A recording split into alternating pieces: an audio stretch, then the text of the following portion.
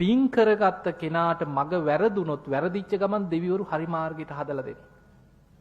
පාර පෙන්නනවා. මොන ක්‍රමෙන් හරි නිවැරදි මාර්ගය හදලා කල්යාණ මිත්‍රයා මුණ ගැස්සලා හදලා දෙනවා. පින නැත්නම් පිනට ගරහා කර කර පිනට බැන බැනා හිටියොත් වෙන්නේ වැරදුනොත් ආයි වැරදුනාම තමයි උදව් කරන්න කෙනෙක් නැහැ.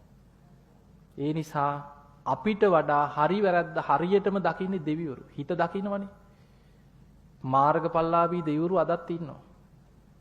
අපිට අවුරුදු 2560 ගාණක් වුණාට බුදුරජාණන් වහන්සේ පිරිනිවන් පාලා මනුස්ස ලෝකෙට ආසන්නම චාතු මහරජික දිව්‍ය ලෝකේ දෙවියන්ට බුදුරජාණන් වහන්සේ පිරිනිවන් පාලා දවස් 53යි. මනුස්ස ලෝකේ අපේ කාලෙන් අවුරුදු 50ක් එහෙ එක දවසයි. ඊට ඉහළ තියෙන තව්තිසා දෙව්ලොව දෙවියන්ට මනුස්ස ලෝකේ අවුරුදු 100ක් එහෙ එක දවසයි. බුදුරජාණන් වහන්සේ පිරිනිවන් පාලා දවස් 26යි දැන්. 26 වෙනි දවසේ යන තව්තිසා දෙවියන්ගේ කාලේ.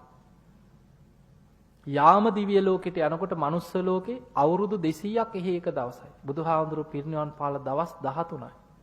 ඒ අයට. තුසිත දෙව්ලොවට යනකොට මනුස්ස ලෝකේ අවුරුදු 400ක් එහෙ එක දවසයි. බුදුරජාණන් වහන්සේ පිරිනිවන් පාලා 7 වෙනි දවස කියනවා යන්නේ. නිම්මාන රති දෙව්ලොවට යනකොට බුදුහාමුදුරුවෝ පිරිනිවන් පාලා ඒ අයට දවස් 3ක් වගේ. මනුස්ස ලෝකේ අවුරුදු 800ක් එහෙ එක දවසක්. පරිනිම්මිත වසවාර්ති දෙව්ලොවට යනකොට මනුස්ස ලෝකේ අවුරුදු 1600ක් එහෙ එක දවසයි කිය. දවසකුත් පැය 14යි කියනවා මේ දෙවියන්ගේ කාලෙන් ගෙවිලා තියෙන. බුදුහාමුදුරුවෝ පිරිනිවන් පාලා. එතකොට ඒ බණහපු මාර්ගඵලප්පු නිවන් මඟ යන දෙවිවරු අදත් ඉන්නවද නැද්ද?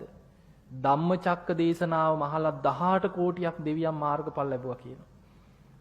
එතකොට අපිට රැකෙන්න තියෙන්නේ දෙවියන්ගේ පිහිට ලැබෙන්නේ අපි හරියට සීලයක් තුල පිහිටලා ගුණධර්ම තුල පිහිටලා තුනුරුවන් ගැන සද්ධාවෙන් හොඳට පින්කම් කර කර නිවන් මඟ ගමන් කරා.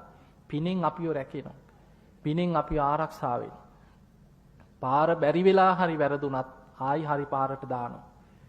ඒ නිසා ආරක්ෂා වෙන්නයි ඔබට අද මේ දේශනාවේ ගොඩාක් කරුණු කියලා දුන්නේ. ජීවිතයේ ඇතිවෙන ප්‍රශ්න ගැටලු පීඩා ඉදිරියේ බුදුරජාණන් වහන්සේගේ දේශනාවල තව කොච්චර දේශනා තියෙනවද? ඉස්සර 3 සූත්‍ර, රතන සූත්‍ර ගන්න කොච්චර බලවත් ආරක්ෂාවක්. මහා මංගල සූත්‍ර, කරණීයමිත සූත්‍ර, අමනුෂ්‍ය කරදර දැඩි වෙනවා නම් ආටානාටි සූත්‍රය, කෝටි ලක්ෂයක් සක්වල ආඥා පිහිටවපු බලවත් ආරක්ෂාව. ඒ නිසා අපිට නිවන් මාගේ යනකොට එන කරදර වලට ආරක්ෂාවත් බුදුරජාණන් වහන්සේම අපිට රැකෙන ක්‍රමෙත් පෙන්නනවා. ඒ නිසා ආරක්ෂා වෙන්න ඔබ හැම දෙනාම ওই ටික මතක තියාගන්න.